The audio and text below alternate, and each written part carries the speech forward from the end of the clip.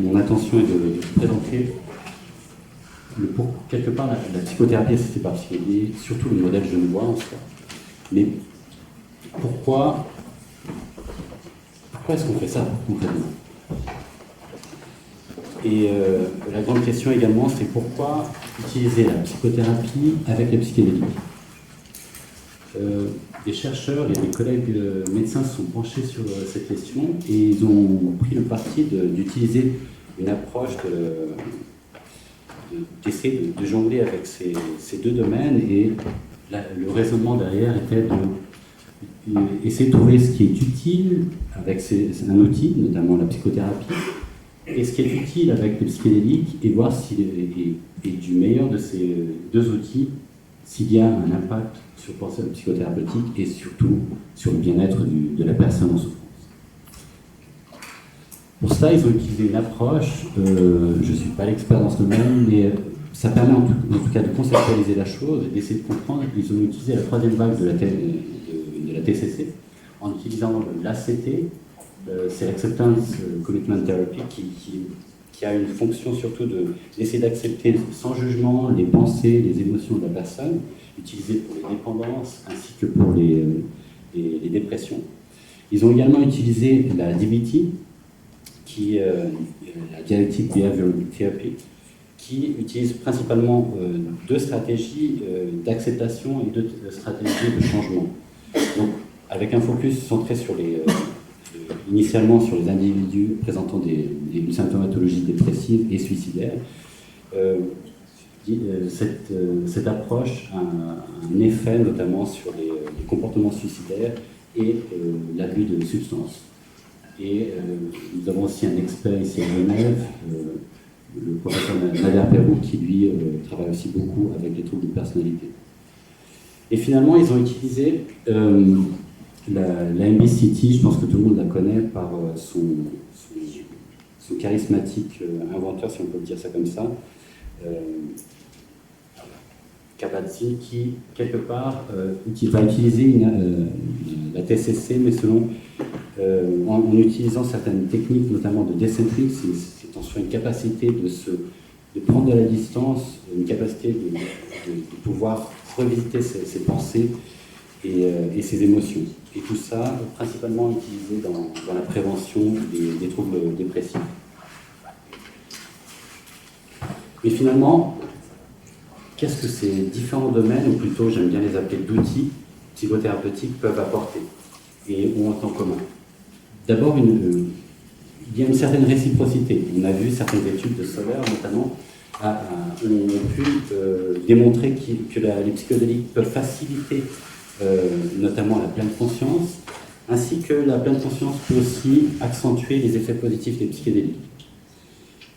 Également, on a pu voir que l'association des deux pouvait amener à une diminution du processus de jugement chez la personne en souffrance et une augmentation de cette capacité, de cette fonction de dissension. Concrètement, plusieurs domaines ont été étudiés, et ce qu'on a retrouvé globalement, c'est qu'en associant ces deux outils, la psychothérapie ainsi que les psychédéliques, et là je parle, comme l'a si bien dit Daniel, on parle surtout des psychédéliques classiques, notamment le LSD et la psilocybine. On a vu qu'il y avait une réduction de l'agressivité envers les autres et envers soi-même. Et ça, des études épidémiologiques et aussi des études prospectives sur des personnes incarcérées ont vu que l'incidence entre la récurrence d'un nouveau crime ou le fait d'être à nouveau incarcéré s'atténuait avec des consommations des prises de psychédéliques. Qu'est-ce qui a été vu également, c'est que l'association des deux avait un impact, notamment dans l'addiction. C'est assez ancien, on avait des méta-analyses qui datent des années 60, et où clairement il était dit qu'une seule dose de LSD pouvait diminuer les consommations d'alcool notamment, et même avec un impact sur 6 mois. Des études plus récentes ont aussi vu une amélioration, et en revenant un peu à l'approche thérapeutique, on a vu que la DBT et l'ACT avaient aussi un impact assez notoire sur l'efficacité de la diminution des consommations. Pourquoi encore utiliser ces deux approches ou ces deux outils? Pour la dépression, et là, comme j'ai pu le dire auparavant, les trois approches, MBCT, SCT, DBT, ont un impact, un effet positif sur la prévention de rechute et de la dépression. Et une étude pilote avait déjà annoncé il y a quelques temps que la psilocybine avait cet impact également sur la dépression. Une révision de 19 études a même démontré que l'usage des psychédéliques pouvait diminuer la dépression unipolaire sur une population, grosso modo 75% de la population avait une diminution des symptômes. Et finalement, quel est le résultat? Je pense qu'il n'y a pas en soi un résultat, c'est très variable. Ce qu'on peut dire, c'est qu'il y a des concepts et des pratiques qui sont semblables, notamment cette idée de pleine conscience, le decentering, la capacité de réguler les émotions, une tolérance à la détresse. Les deux outils peuvent avoir une influence sur ces thèmes. Et ils partagent aussi les mêmes cibles. On les a vus, la dépression, la consommation d'alcool et les troubles de l'humeur. Ce qui peut nous dire, ce n'est pas une vérité, en tout cas c'est une indication, c'est que la combinaison des deux a un potentiel. Juste pour éclaircir un peu ça, une récente étude a démontré un peu ce phénomène. Elle a clairement dit que la fréquence, elle a comparé la psilocybine et un antidépresseur, et grosso modo, on a vu que sur 6 semaines, l'impact était très semblable. La grande différence, c'était qu'il y a une prise de psilocybine et un traitement régulier d'escitalopram. L'un n'empêche pas l'autre, les deux ont leur utilité, ça c'est très important. L'idée n'est pas de dénigrer l'un envers l'autre. La question ici, c'est surtout sur un plan psychothérapeutique. Et là, la question c'est, mais finalement, ok, on sous-entend, et Daniel l'a déjà dit, les récepteurs ont une influence, les psychédéliques classiques vont avoir un impact sur les récepteurs sérotoninergiques, mais sur un plan psychothérapeutique, comment expliquer ça? Il n'y a pas de vérité encore, on a beaucoup de modèles, beaucoup de tentatives d'explication, et donc la question c'est comment appréhender les effets psychothérapeutiques. Pour ça, on a pu voir différentes choses, et la recherche nous a donné beaucoup d'informations, notamment que les psychédéliques, et là spécifiquement le LSD, va avoir une connectivité accrue. Donc, comme vous avez vu dans l'image avec ces interactions énormes, il y a un flux. Le thalamus qui fait une sorte de frontière permet un flux. On ne sait pas si c'est d'un côté ou de l'autre, donc si c'est efférent ou pas, mais il y a un flux d'informations assez importante. Donc, et également, il y a une augmentation de l'excitabilité. Donc, beaucoup d'informations, et on peut le voir dans cette image. Donc, quelque chose se produit un peu différemment. On a un concept qu'on utilise souvent pour décrire un petit peu ça, c'est l'effet reboot, le côté default mode network, où quelque part, il y a quelque chose qui s'altère en diminuant la rigidité de la pensée, et ce default mode network, beaucoup savent déjà ce que c'est, mais c'est un peu un état où il n'y a pas un focus sur une cible ou sur quelque chose à faire, mais il n'y a pas une tâche précise, et cependant le cerveau est en activité sans se focaliser sur le monde extérieur. Qu'est-ce qu'on sait également qui peut nous donner peut-être des pistes par rapport à la psychothérapie, c'est que dans cette étude, ce qui a été vu, c'est qu'en appliquant différents stimuli visuels, surtout associés aux émotions, on a vu que la réactivité amygdalienne, notamment gauche, était diminuée. Donc, ce qui faisait que la personne pouvait interpréter, voir des visages associés à la peur sans forcément vivre cette peur. Donc, ne reconnaissait pas autant la peur. Donc, on peut, quelque part, ça nous donne des pistes sur la possibilité de modifier le traitement de biais envers des stimuli négatifs. Et aussi, avoir un impact sur la régulation des émotions. Des études également nous ont montré que il y avait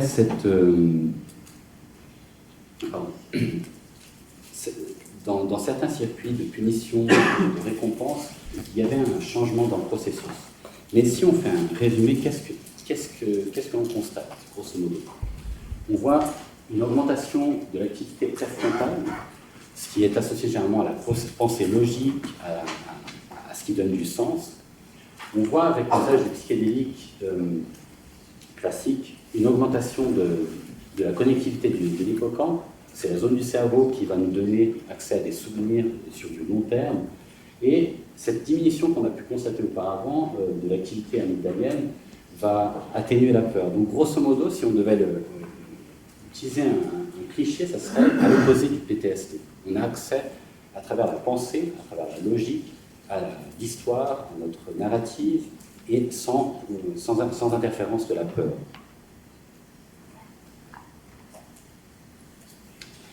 Donc je vais passer un peu vite sur ça, mais grosso modo, on sait que le LSD, la psilocybine, les psychédéliques ont un impact sur différents récepteurs, notamment les récepteurs sérotoninergiques 2A. Et ce qu'on voit clairement, c'est que l'effet principal, et tout ça, ayez en tête de maintenir des pistes pour pouvoir essayer de comprendre ce qui peut avoir un impact sur le plan psychothérapeutique. Donc, ces substances peuvent donc déclencher des états de conscience non ordinaires, ce qu'on appelle des trips, sans connotation, des changements psychologiques, okay, des effets visuels et auditifs spécifiques, très bien, et des états de conscience substantiellement altérés. Grosso modo, on a un peu ce spectre-là, donc différentes possibilités. Ce qu'on essaie par moment d'éviter, c'est la sphère bleue associée à l'anxiété, mais pas forcément sur un plan psychothérapeutique. On peut craindre ça par rapport à l'effet, c'est ce qu'on retrouve souvent dans les bad trips. En psychothérapie, c'est pas quelque chose qui nous effraie forcément, au contraire, ça peut être un outil. Mais que fait-on à Genève concrètement? Il y a, si on devait simplifier la chose, il y a deux approches dans ce type de psychothérapie. Une approche qui est plutôt dite psycholytique, où il y a la thérapie par la parole, ça a eu ses débuts en Europe dans les années 50-60, et l'idée était surtout d'avoir accès à certains contenus et pouvoir faciliter une décharge émotionnelle. Ce qu'on fait ici à Genève, c'est à l'opposé. C'est un peu, ce qu'on fait, c'est le bébé qui est en haut. C'est une approche plutôt psychédélique. Donc là, ce qu'on va rechercher, et cette approche a été simultanément créée, ou plutôt, je ne vais pas dire inventée, mais utilisée aux USA entre les années 50-60. Et là, ce qu'on va rechercher, c'est que la personne puisse vivre une expérience écrasante, transcendante, afin d'obtenir un nouvel insight par rapport à l'état de la personne. Dans ce qu'on utilise, donc on utilise deux substances, la psilocybine, le LSD. Et ce qui est intéressant de voir par rapport à d'autres substances, notamment, vous voyez ici le MDMA, mais c'est cette capacité de ce qu'on appelle la dissolution de l'ego, qu'on retrouve dans la psilocybine et avec le LSD également. Là, vous pouvez... Ce sont des effets qu'on retrouve par rapport à l'effet en soi. Mais en maintenant cette idée encore un outil, possible outil, en tout cas piste, pour expliquer un petit peu comment la chose fonctionne sur un plan psychothérapeutique, si on essaie de penser à cet ego, l'ego en soi peut être considéré comme la représentation de la conscience que l'on a de soi-même. Une sorte de peau psychologique, c'est le jeu, c'est le moi. Et la dissolution, également un possible outil, peut permettre à la personne d'être observatrice de ce qu'elle est en train de vivre, de ses pensées, de ses émotions. Donc ce qu'on craint parfois de cette dissolution de l'ego sur un plan psychothérapeutique peut être aussi une piste de compréhension de comment la chose peut apporter des effets. Si on enveloppe tout ça, toutes ces différentes pistes qu'on a pu contempler, c'est pas exhaustif. Ce qu'on obtient, c'est que on a des effets. La personne en souffrance va pouvoir avoir accès à la possibilité de vivre différents effets sensoriels, avec ce qu'on avait vu, ce feu d'artifice sensoriel que le cerveau peut avoir à ce moment-là. La personne va avoir la possibilité de revoir des associations inadaptées par ces biais qui étaient là. Elle va aussi pouvoir revisiter son histoire sans interférence de la peur notamment, et elle va aussi pouvoir être observatrice de ses pensées, de cette peau psychologique, permettez-moi l'expression. En soi, la personne ne prend pas seulement un modulateur de neurorécepteurs, elle a la possibilité de vivre une expérience pouvant s'inscrire dans son processus et son cheminement personnel de soins. Là, on parle d'expérience, quelque chose qui est vécu, très intense. Finalement, ou plutôt continuons, quand utiliser l'APA? Le professeur Zunino l'a très bien expliqué, c'est face surtout à une impasse thérapeutique, psychothérapeutique. Pas n'importe laquelle, mais une impasse psychothérapeutique. Et là, on peut équationner éventuellement l'utilisation de la psychothérapie assistée par psychanalyse. Ce que l'on fait dans notre service addictologie, on peut le schématiser de la façon suivante. Il y a une première étape d'évaluation, où là, il y a la rencontre de la personne, nous essayons de comprendre la souffrance de la personne, comprendre son fonctionnement, essayer de comprendre également son type de personnalité, et de voir si la personne a ces critères d'inclusion. Le focus actuel est plutôt sur les troubles anxio-dépressifs et associés ou pas avec les dépendances à l'alcool notamment. Mais l'indication principale est que la personne soit suivie en psychothérapie et que ça soit bien établi. Il y aura également par la suite une séance préparatoire à une distance de 2-3 semaines. Le temps peut changer étant donné la grande demande que l'on a actuellement. Et là, il y aura la présentation d'équipe. La personne aura la possibilité de revisiter un peu sa biographie. On va essayer de déterminer avec elle quels sont réellement les objectifs de soins et surtout essayer de comprendre ensemble quels sont les aspects importants de la biographie qui peuvent être réactivés ou pas. Ce n'est pas une logique. Des fois, on a des objectifs ici, mais ce que la personne vit est là. Et son besoin n'est pas forcément ce qui est travaillé, mais ça lui apporte quelque chose de différent. La séance en elle-même, donc selon le type de substance, la durée va différer. Le plus important à retenir lors de la séance, c'est que la personne puisse vivre en tout cas une ambiance sécure, de confiance et d'ouverture. C'est son moment à elle. Ce n'est pas celle du thérapeute qui va induire. Non, c'est un moment. Notre façon de penser, c'est quelque chose qui est très intense. Et là, je pense qu'il faut laisser la personne pouvoir avoir accès à son intériorité.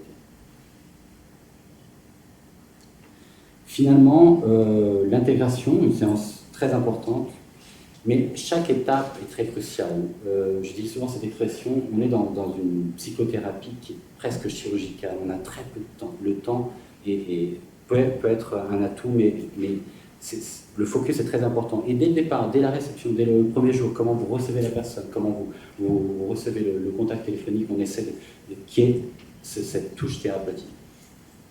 En tout cas, on essaie de faire notre mieux, même si on n'y arrive pas. Et donc là, l'idée de la séance d'intégration est de reprendre cette narrative de la séance. La personne va pouvoir essayer de peindre un petit peu avec ses mots ce qu'elle a pu vivre. C'est un exercice qui est voué à l'échec, mais elle va essayer de le faire. Et essayer de lier cette narrative avec ses objectifs de soins. Surtout de son vécu lors de cette expérience, ce qu'elle a pu vivre, ressentir.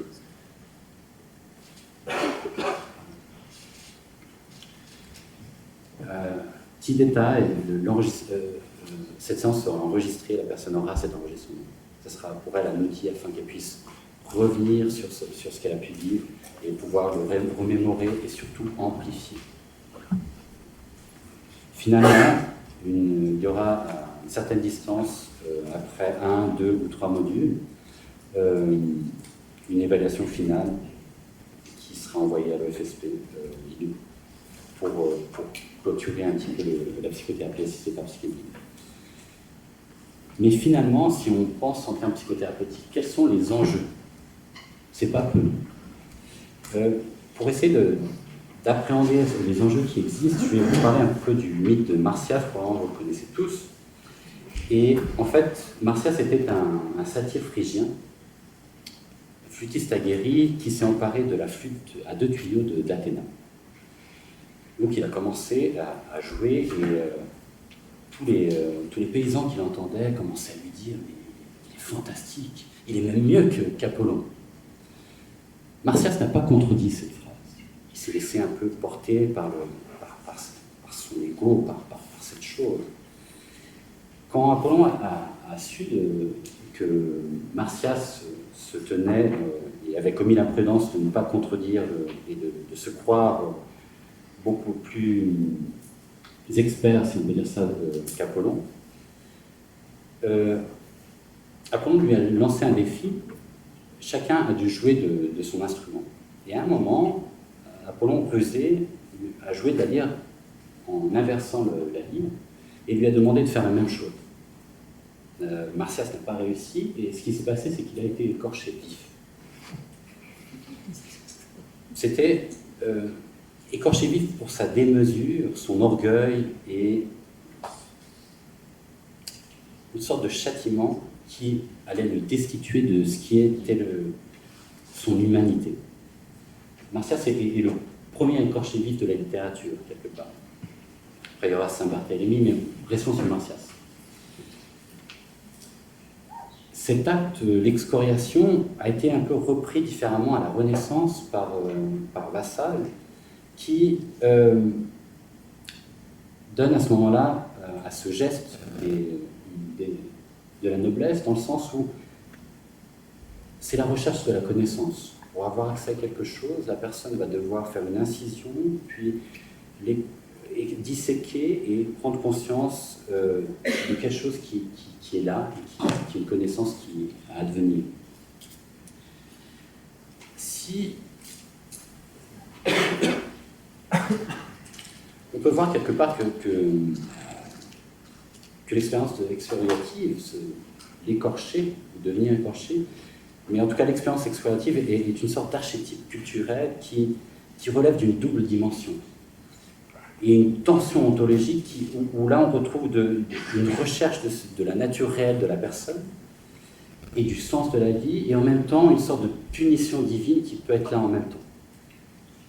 Et dans ces deux processus, le facteur temps est très, très important. D'un côté, dans le théâtre d'anatomie, on lutte contre le temps, pas qu'on arrive à la dégradation du cadavre. De l'autre côté, lors de l'exploration punitive, on essaie d'exploser ce corps. C'est une leçon. Et on essaie de dilater ce temps. Aussi pour exposer cette souffrance, quelque chose qui est là, qui mérite d'être vu. Et c'est dans ça que, quelque part, si on essaie de voir un petit peu ce que peut apporter la psychothérapie, la psychédélique par rapport à cette histoire, cette peau qui demande ou qui est en souffrance, on a cette tension également. D'un côté, elle peut servir à être édifiée et à atteindre le savoir, et d'un autre côté, peut être le réceptacle de la colère. Et l'un des enjeux les plus importants, surtout avec une personne qui demande, généralement, plutôt qui ont accès à ce type de psychothérapie, c'est des personnes qui ont déjà énormément souffert et qui continuent à souffrir. Des personnes qui ont fait 2, 3, 4, 5 psychothérapies, psychanalyse, traitements de tout genre, cisothérapie. Et on est réellement face à des écorchés vifs, surtout par rapport à leur subjectivité dans le sens de leur ego. Il y a quelque chose qui s'est effondré. Et donc, cette exploration qui expose le vivant à la mort, on le retrouve aussi dans ces personnes, qui bien souvent côtoient la mort dans leur souffrance, tout en essayant de maintenir ce qu'il y a de vivant en eux. Donc, si on peut voir un petit peu ce qu'on recherche à faire en psychothérapie associée au psychédélique, c'est un peu cette expérience explorative qui essaie d'explorer le moi de la personne, plutôt le soi, dans une tension vers son propre sens. comme Martias, il y a une part de ces personnes en souffrance qui a été oubliée et qui a reçu ce châtiment. Et donc, on est réellement dans cette réaffirmation paradoxale d'une subjectivité, tentant de se dépasser à la fois, se dépouiller d'une construction qui est nécessaire. On ne peut pas jeter nos peaux. On ne peut pas dire tout ce que j'ai été, maintenant je l'annule, je veux être de nouveau. Donc ça, c'est un peu l'effet pilule magique qu'on prend et maintenant tout. C'est pas un traitement miraculeux. Je pense que l'art de cette psychothérapie, c'est réellement, comme toute autre psychothérapie, c'est réellement de faire le lien entre cette part qui souffre, qu'on aurait envie de dépouiller, mais tout en l'utilisant pour l'amener et faire du sens, de retrouver un renouveau. Et c'est en soi, pour moi, la prémisse de l'individuation du sujet. Ça permet d'aller dans son cheminement, d'aller dans cette chose qui lui permet non pas de devenir un Superman, mais plutôt comme Martias, d'accepter peut-être humblement ce qu'il est et le voir différemment. Pour ça, je vais vous présenter, pour illustrer un petit peu ce que l'on fait dans notre clinique, je vais vous présenter l'histoire de Madame S. À partir de là, ne prenez plus de photos. Je vais essayer d'anonymiser la chose, mais par respect, même si la chose est faite. Madame S, c'est une dame de 56 ans. Je vais vous décrire un petit peu son histoire. Je l'ai présentée récemment à des collègues psychiatres, mais je pense qu'elle illustre beaucoup de ce qu'on peut faire. Donc c'est une dame qui, lors de son enfance et son adolescence, elle le vit très difficilement. Ses parents sont des personnes humbles, travailleurs, très respectueux des conventions et mœurs et de leur culture. Par rapport à son enfance, elle a globalement peu de souvenirs. Très rapidement, elle constate une sorte de détachement dans le lien avec sa mère et une absence affective de cette dernière. L'ambiance familiale en soi est rigide, et autoritaire, ponctuée par des discussions entre les parents. Les rôles en soi sont très genrés. Mais malgré cela, elle arrive à s'investir dans ses études. Et là, mais tout en ayant les études qui la soutiennent quelque part, tout au fil de son développement, elle constate qu'elle ne se sent pas en soi considérée, non écoutée, non valorisée. À l'adolescence, elle se confronte à cette imposition culturelle des parents. Il y a une sorte, ce que j'ai pu citer, c'était une sorte d'arrière-plan de « que vont-ils dire si tu fais ça ?» Donc, que ce soit la tenue vestimentaire, le comportement, en tout cas, toute sa façon d'être devait être quelque part très... aidez-moi. Cadré, ça me va. À l'adolescence, donc, quelque part, elle se retrouve sans voix et très rapidement, son destin est un peu tout tracé, elle doit tout simplement travailler et point barre, même si elle est très intelligente, comme toutes les femmes. Et elle quitte finalement le domicile familial à 20 ans. Là, quelqu'un lui tient une perche, lui montre une perche, c'est son amie, une amie d'enfance qui est assez aisée et qui a de la famille à Genève. Donc finalement, elle vient à Genève. Initialement, elle fait des petits boulots, il y a à gauche et à droite, mais elle arrive tant bien que mal à faire sa vie. Et par la suite, elle rencontre vers l'âge de 22 ans un homme, un peu le beau-fils idéal pour ses parents, bel italien, travailleur, inséré dans la communauté, très apprécié par ses parents, qui représente l'homme viril que les parents souhaitent pour elle. Cette relation dure 12 ans.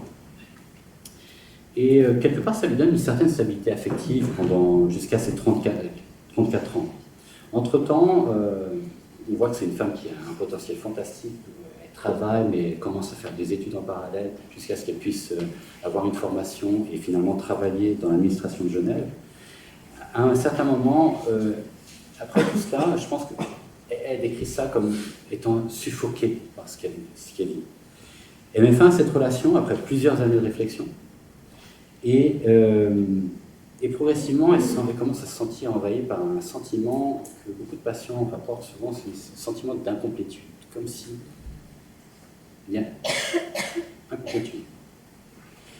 Et c'est à 36 ans qu'elle débute sa première psychothérapie. Tous ces soins vont durer plus ou moins 20 ans jusqu'à aujourd'hui. L'objectif qu'on doit avoir en tête face à une situation, c'est réellement une relance thérapeutique, ce que j'aime appeler une épiphanie thérapeutique. La personne vient à la recherche de quelque chose parce que ça fait de nombreuses années qu'elle souffre, qu'elle a tout essayé et que la chose n'avance pas. Je vais vous décrire un petit peu les symptômes. Donc, elle souffre d'une tristesse profonde, accompagnée par des sentiments de culpabilité. Là, c'est lorsque nous la rencontrons. Elle est déjà suivie depuis 20 ans en psychothérapie. Et là, c'est lors de la première évaluation. Donc, une tristesse profonde, accompagnée par des sentiments de culpabilité, une perte de l'estime de soi, un sentiment de désespoir, un repli sur elle-même. Elle se fait des reproches, elle fait des erreurs par rapport aux erreurs du passé, un sentiment d'échec. Elle présente des idées noires, une perte d'appétit, des troubles du sommeil. Quelque part, elle réunit un petit peu toutes les indications nécessaires pour notre programme. La patiente, on peut les statuer. La patiente souffre de longue date d'un trouble dépressif récurrent avec une péjoration depuis l'automne 2019. Elle a utilisé de multiples traitements, une psychothérapie, notamment fluoxétine, paroxétine, enfin, à dose toujours maximale recommandée pour une durée suffisante, qui n'ont pas produit une réponse que partielle, plutôt. Est-ce que je peux avoir un peu d'eau? Pardon. Et la prise en charge psychothérapeutique se fait déjà sur 20 ans. Et c'est tant bien que mal permet de lui apporter un certain équilibre psychique précaire, mais quand même elle a pu faire certaines choses, notamment maintenir cette relation de couple pendant 12 ans. Et en soi, depuis un certain temps, la patiente en arrêt de travail, elle n'en peut plus. Elle a rechuté après N traitements et ne sait plus quoi faire. Et son thérapeute, non. Donc, lors de la première séance, le retour a été le suivant. Elle a pris dans un premier temps 100 microgrammes de LSD. Donc, ce qu'elle décrit, c'est qu'elle avait l'impression d'être dans un monde merveilleux. Une sensation physique était jouissive. Elle avait une mélodie dans la tête. Elle pensait qu'elle allait changer d'une façon durable.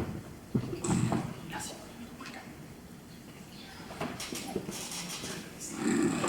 Pardon. Le monde lui semblait au-delà du bien et du mal. Elle avait l'impression d'avoir des pensées particulièrement profondes. Quelque part, elle a à ce moment-là vécu quelque chose de, si on peut dire ça, différent de ce qu'elle avait l'habitude de vivre. Rappelez-vous un petit peu des différentes pistes qu'on a pu entrevoir. Lors de la deuxième séance d'administration, qui a eu lieu plus ou moins en juin, la première, septembre, la deuxième, là, l'expérience a été différente, mais les expériences sont à chaque fois toutes différentes. On n'est pas forcément dans des effets visuels, thromboscopiques, ça peut se décliner à l'infini. Ça peut être 5 heures dans une salle noire, avec 3 points de lumière. C'est pas forcément spectaculaire, à nos yeux, pas dans le vécu du patient. Et donc là, la personne a pu décrire qu'elle était comme dans un rêve, les objections et les contradictions semblaient s'estomper, elle s'est sentie étourdie. J'ai expérimenté une paix intérieure profonde. Quelque part, ce qu'elle a pu voir, en tout cas le vivre, elle a pu constater ce qu'on pourrait appeler une sorte d'assouplissement par rapport à sa façon d'être et à sa façon de penser. Rien de miraculeux, c'est pas miraculeux. C'est une patiente qui, même si elle était en souffrance, qui était dans une impasse thérapeutique, avait déjà 20 ans de psychothérapie et avait déjà fait un travail sur elle-même. Donc, c'est pas notre intervention qui a été miraculeuse ou quoi que ce soit, non, c'est juste une petite pierre qui permet d'assouplir quelque chose. Et ce qui est intéressant de revoir, toujours en gardant l'idée de comment sur un plan psychothérapeutique on pourrait l'imaginer, c'est de revisiter un petit peu nos classiques avec Jung, non pas mon Jung très cher, Jung avec un I, mais Jung avec un Y, qui dans les années 92 nous parle des 6 grands facteurs de changement après Franck, mais en fait il a remodelé la chose de la façon suivante. Et ce qu'on retrouve, on retrouve un petit peu ces différents facteurs lors des séances. On voit qu'il y a ce sentiment d'efficacité personnelle, d'estime de soi. La personne le vit quelque part. Il y a une attitude, une possible attitude vécue, où l'attitude de confiance est là. L'estime de soi également est impactée. La personne, ne serait-ce que pour quelques fractions de secondes, ou de minutes, ou peut-être voire d'heures, mais elle peut concevoir qu'elle a une valeur, et ça peut paraître peu, mais c'est énorme des fois. Et se voir valable comme ayant le droit aussi d'exister face aux autres. On regarde souvent l'autre comme la personne qui a du succès, qui a tout bien fait, et là on est face à des personnes qui se remettent énormément en question, même si des fois elles peuvent mettre ce masque et plaquer, tout va bien, mais donc elles peuvent déjà ressentir un peu ce sentiment d'efficacité, d'estime de soi. Ce qu'on constate également dans la psychothérapie assistée par psychédélique, c'est que, grosso modo, présupposer que l'insight et la compréhension sont suffisants pour un changement, je pense que là, les TCCistes ont beaucoup à nous apprendre. L'apprentissage d'une nouvelle expérience, et comme a pu le dire Daniele en citant Gabriel, je pense que là, on rencontre quelque chose qui est très important. C'est que l'insight, oui, la compréhension, oui, mais aussi un apprentissage par l'expérience. Et là, lors de la psychothérapie, la personne a la possibilité de rencontrer l'autre, mais aussi l'autre en elle. Donc, se rencontrer soi-même différemment. Ce qu'on retrouve aussi, c'est l'activation émotionnelle. Là, c'est très intuitif. Je vais partager un petit peu ce que je vois, c'est que des fois, des personnes qui sont plutôt introverties lors de la séance sont extraverties. Des personnes qui vivent du froid lors de la séance vivent du chaud. On peut l'expliquer, mais il y a une sorte de balance, principalement dans l'émotion. On a eu récemment un monsieur qui était très renfermé, et lors de la séance a voulu avoir un contact, se rapprocher de l'autre, ce qui était inconcevable. C'était impossible de le concevoir lors de la première rencontre. Pardon, je reviens. Et induire des attentes d'aide et accroître la motivation.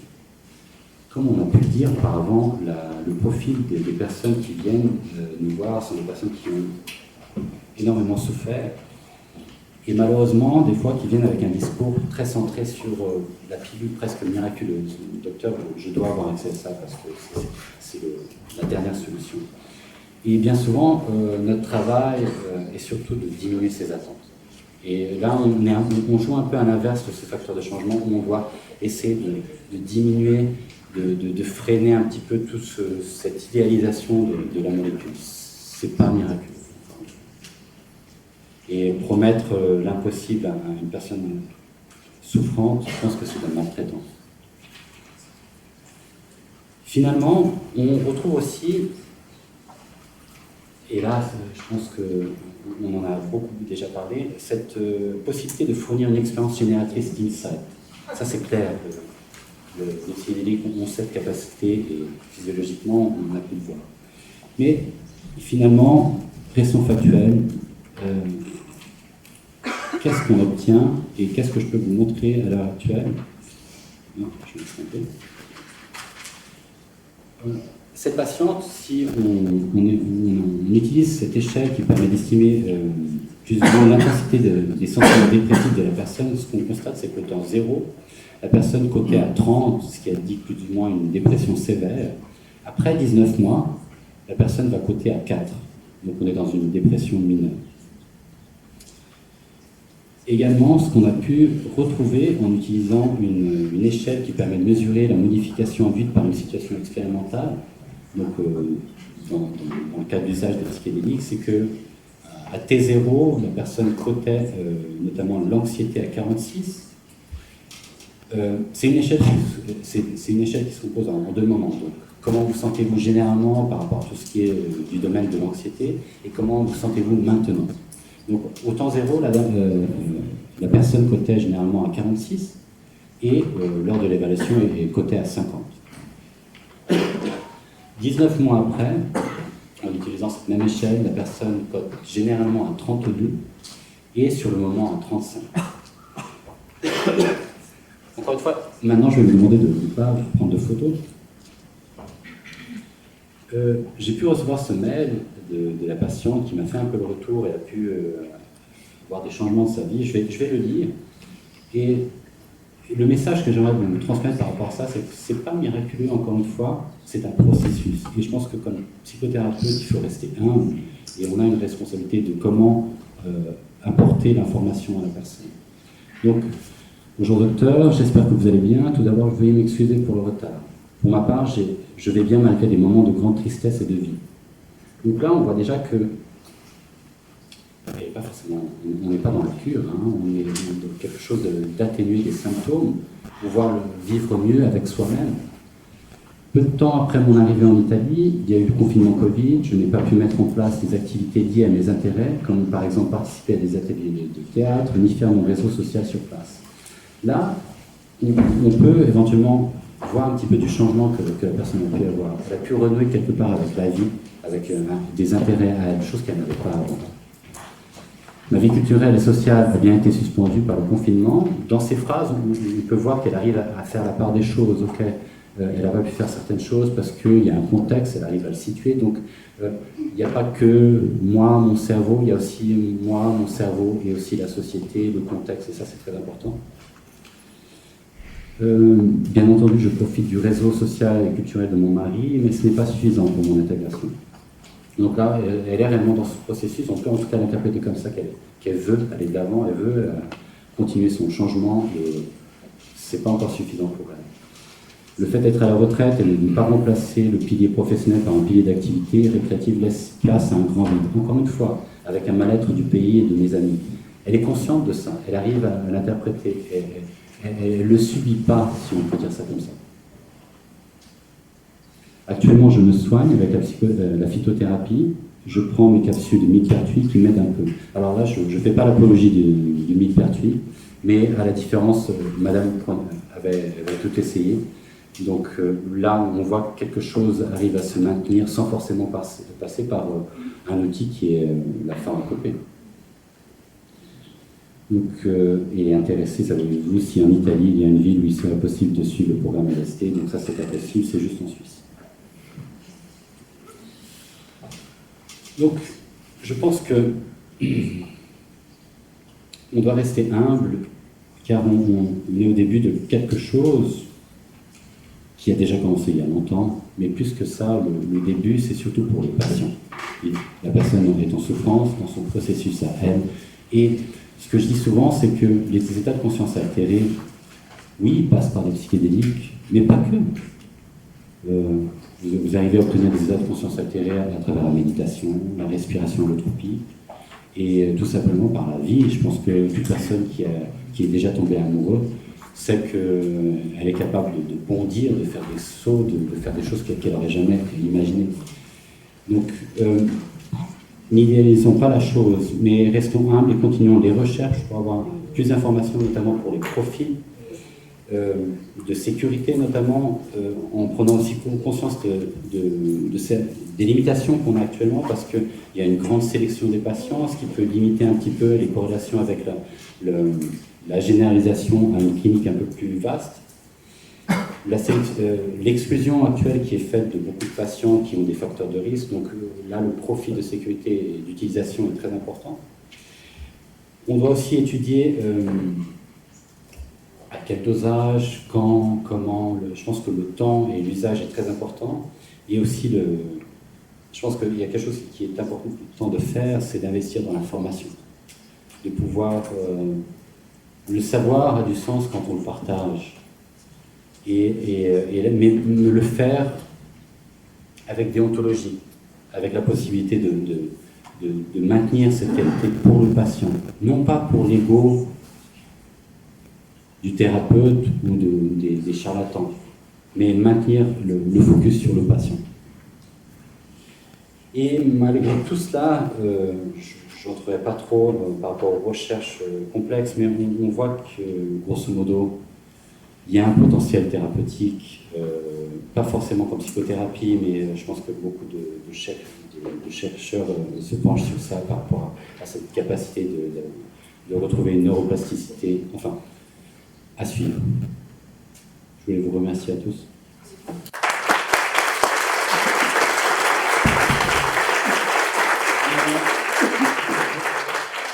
Merci beaucoup Daniel. On va peut-être juste prendre une question avant la pause. Oui, j'ai vu la première main qui s'est levée, c'était là-haut. Je la vois qui porte. D'accord. Daniel, bonjour. J'ai bien compris les points. J'ai bien compris les indications. Je me posais la question des contre-indications, tant sur le plan psychiatrique que somatique, par exemple. Oui. Alors, je peux vous les nommer, notamment tout ce qui est cardiopathie non compensée, hépatopathie non compensée, surtout quand on arrive à HALB. Mais plus que le côté somatique, je pense que c'est à retenir, c'est ayant en tête que ça s'inscrit dans une psychothérapie. Et donc, toute la pathologie, ou plutôt toute la psychothérapie qui n'est pas possible de faire, donc, où le lien n'est pas possible, donc là, ça exclut complètement l'indication. Donc, si on imagine la psychose en soi, où la personne est complètement détachée, ou dans une situation maniaque, ça perd son sens, pour l'instant. Merci. Est-ce qu'il y a rien en fait dans tes pages? Alors, il y a une question sauvage qui vient de sortir. Je ne l'ai pas comprise. Un phénotypage. Un phénotypage. Il a essayé tellement de traitements antidépresseurs. Ah, si cette patiente a eu un phénotypage par rapport enzymatique, c'est ça? Oui, C'est une très bonne question. Je ne pense pas qu'elle le fait, mais oui. Encore une fois, on peut l'inscrire, mais dans ce que disait le professeur Zolino, cette souffrance, indépendamment, on aurait pu aller jusqu'à la psychothérapie, qu'elle n'a pas fait, mais la souffrance s'inscrit sur une grande durée avec un impact énorme. Donc là, on était déjà sur, je ne vais pas dire de bêtises, mais c'était 2 ans, corrigez-moi, d'arrêt maladie, donc quelque part socialement stigmatisé, mis de côté, donc il y a quelque chose qui... Mais oui. Voilà, merci beaucoup.